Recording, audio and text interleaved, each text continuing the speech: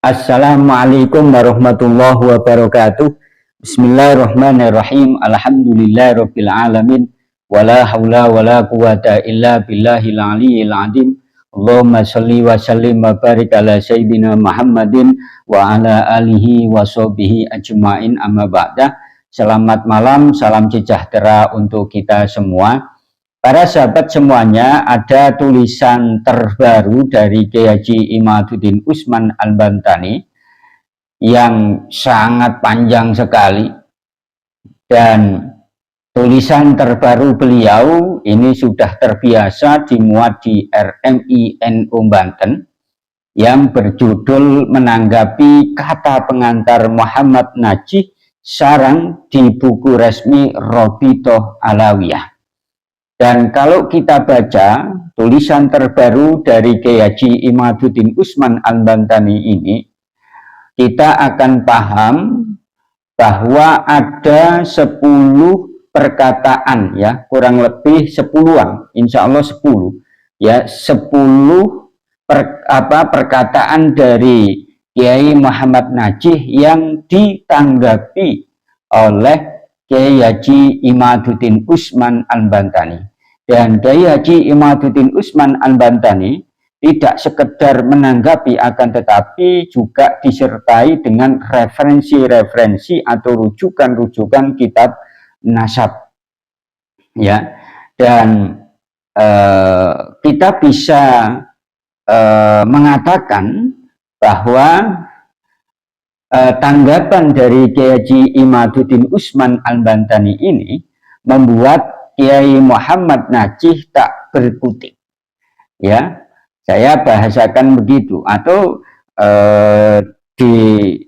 buat judul, ya, Kiai Haji Muhammad Najih tidak berkutik ketika ditanggapi Kiai Imaduddin Usman Al-Bantani, ya.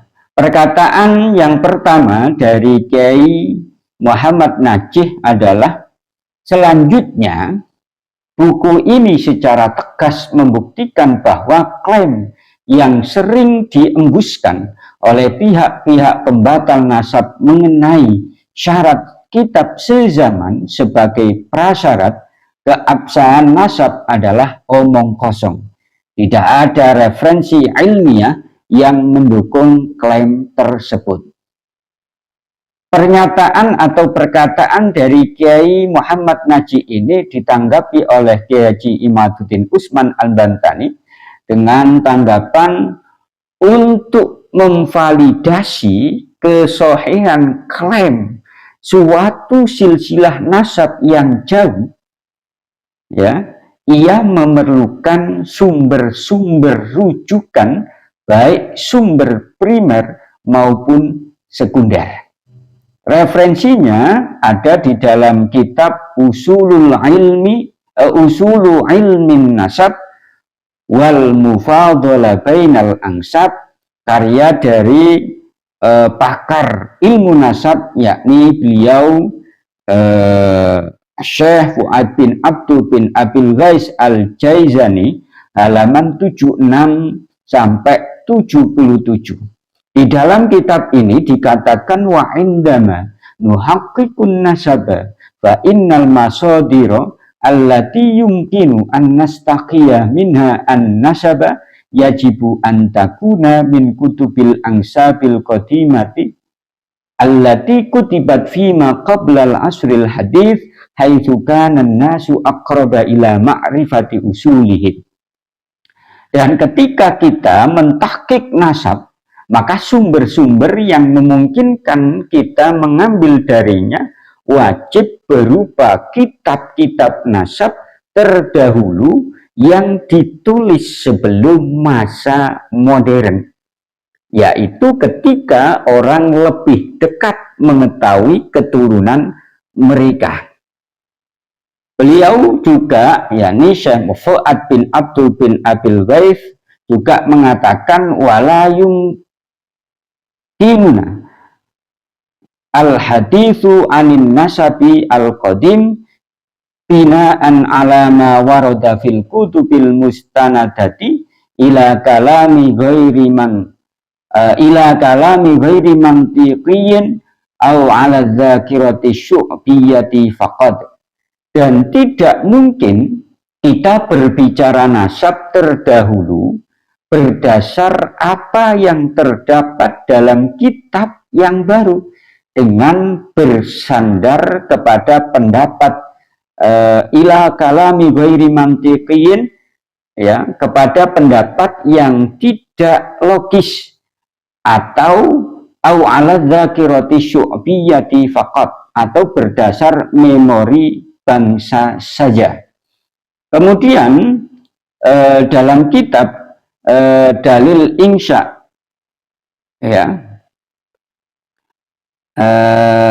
wa tahqiqi salasil, ya, salasilil ansab, karya dari Dr. Imad Muhammad Al-Atiqi, dikatakan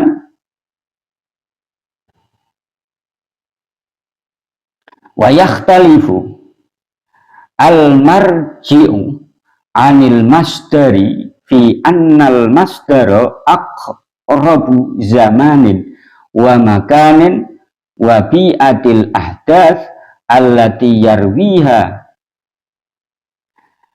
Marji' atau referensi berbeda dengan masdar atau sumber, yaitu bahwa masdar lebih dekat waktu, tempat, dan lingkungannya atau keadaannya dengan peristiwa yang diceritakannya. Ammal marji'u fahuwa mukhtalifun anil masdari fi ba'din au kullil anasiri as-sabiqati, fayahtaju mualliful marji'i ila masadir wa mawadda awwaliyatin ukhra. Adapun marji' berbeda dengan masdar pada beberapa atau pada sebagian atau seluruh unsur sebelumnya, maka penulis marji' membutuhkan masdar dan sumber lain yang primer, ya, yang primer. Untuk apa?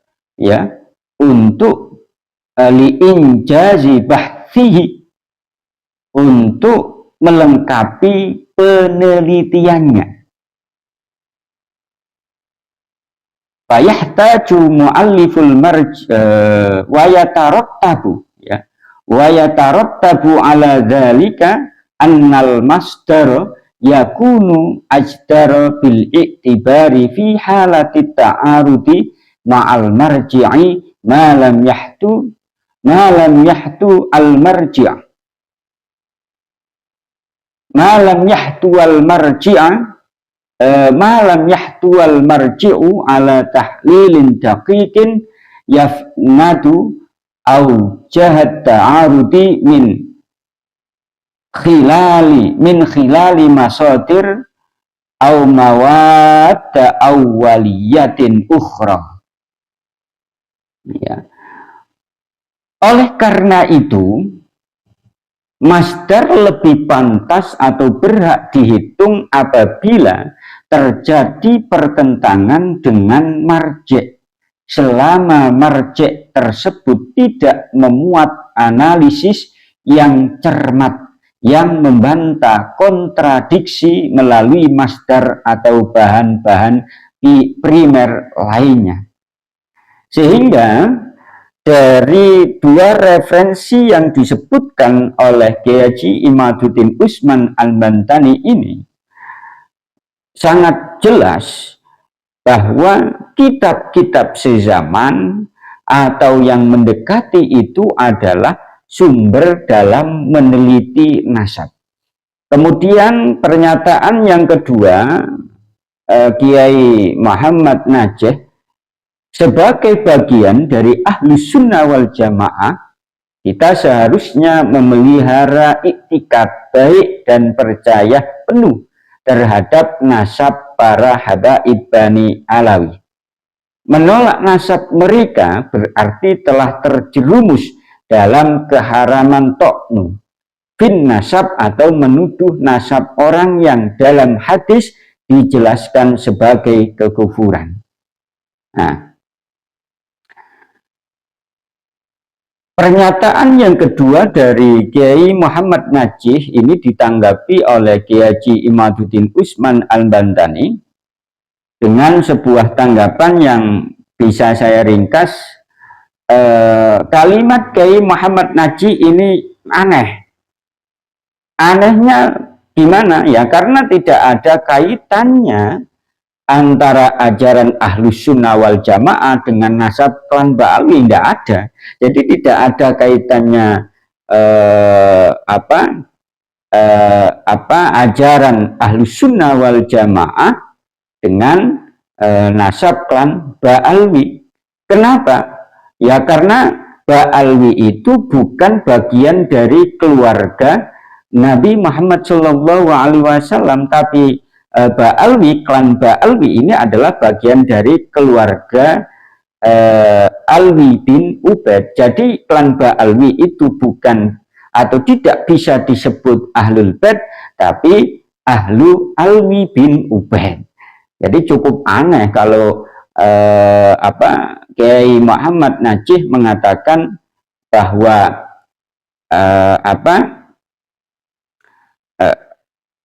sebagian atau sebagai bagian dari Ahlus Sunnah wal Jamaah, kita seharusnya memelihara iktikad baik dan percaya penuh terhadap nasab para habaib Bani Alawi. Ini cukup aneh. Kemudian tanggapan yang kedua, ya, Kiai Haji Imaduddin Usman Al-Bantani mengatakan kurang lebih bahwa Kiai Muhammad Najih, ya, Muhammad Najih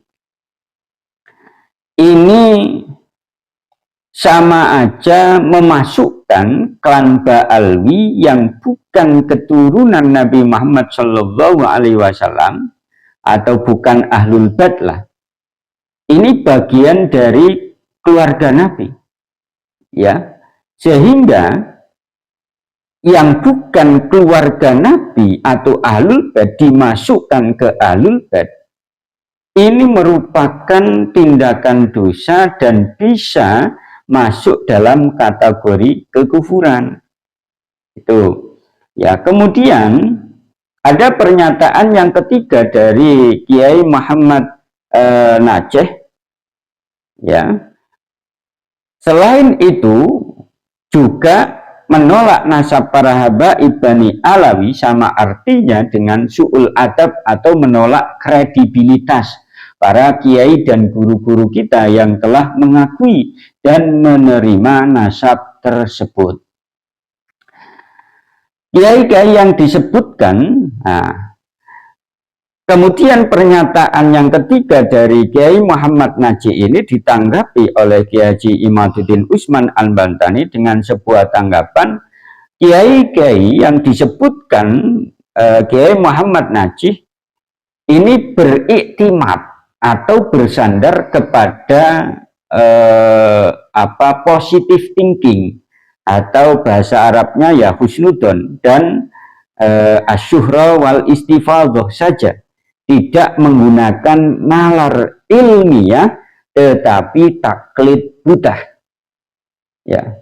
Dan pernyataan dari Kiai Muhammad Najih ini juga diingatkan. Jadi Kiai Muhammad Najih ini diingatkan oleh Kiai Haji Imaduddin Usman Al-Bantani dengan menyuplik sebuah ucapan Ibnu Abbas yang diriwayatkan oleh Imam Al-Ghazali dalam kitab Ihya Ulumuddin. Ma min ahadin illa yu'khadu min ilmihi wa yujraku illa Rasulullah sallallahu alaihi wasallam. Tidak ada seorang pun kecuali ilmunya dapat diterima atau ditolak kecuali Rasulullah sallallahu alaihi wasallam. Dan juga perkataan dari Imam Al-Ghazali tetap dalam kitab Ihya Ulumuddin, wa qad kana ta'lamu wa qad kana ta'allama min Zaid bin Thabit al-fiqha wa qara'a ala Ubay bin Ka'ab thumma khalafahuma fil fiqhi. Dan dulu Ibnu Abbas belajar fikih kepada Zaid bin Thabit dan belajar qiraat kepada Ubay bin Ka'ab, lalu ia berbeda pendapat dengan keduanya. Kemudian perkataan dari Kiai Muhammad Najih yang keempat, bahwa Gus Dur langsung turun tangan untuk membela kehormatan para habaib. Lah, pernyataan keempat dari Kiai Muhammad Najih ini ditanggapi oleh Kiai Haji Imaduddin Usman Al-Bantani dengan sebuah penjelasan. Pertama, penulis merasa aneh, kata Kiai Haji Imaduddin Usman Al-Bantani, ketika seorang MNS atau Kiai Muhammad Najih mengutip pendapat Waliullah Gus Dur. Bukankah MNS ketika Gus Dur hidup mengatakan Gus Dur makan uang haram, Gus Dur liberal, Gus Dur perusak NU? Lah kok sekarang mengutip pendapat Gus Dur untuk dijadikan hujjah? Mungkin ini adalah salah satu karomah dari seorang wali seperti Gus Dur. Seorang pembenci seperti MNS pun ketika Gus Dur hidup akan berubah menjadi pengagum ketika ia telah wafat. Inilah keramat kiai-kiai NU. Kedua, kata Kiai Haji Imaduddin Usman Al-Bantani, tentang ucapan Gus Dur yang dikutip itu, di sana tidak ada satupun kata Habib atau Ba'alwi disebutkan Gus Dur. Maksud dari yang Gus Dur katakan adalah bahwa kita tidak boleh menyamakan keturunan Rasulullah Shallallahu Alaihi Wasallam dengan yang bukan keturunan Rasulullah. Itu pernyataan sangat betul sekali. Tetapi Gus Dur tidak mengatakan klan Ba'alwi itu cucu Rasulullah. Pernyataan Gus Dur itu respon terhadap ungkapan seorang tokoh bahwa Rasulullah tidak punya keturunan. Jelas itu keliru. Jadi konteksnya Gus Dur sedang membela Rasulullah yang dikatakan tidak mempunyai keturunan, bukan sedang membela Ba'alwi. Jadi ini sangat membuat Kiai Muhammad Najih tidak berkutik menurut saya ya. Itu saja yang bisa saya sampaikan sementara 4 pernyataan dari Kiai Muhammad Najih yang ditanggapi oleh Kiai Haji Imaduddin Usman Al-Bantani. Pernyataan MNS atau Kiai Muhammad Najih yang kelima, 6, 7, 8, 9, 10 season 2. Itu saja. Assalamualaikum warahmatullahi wabarakatuh.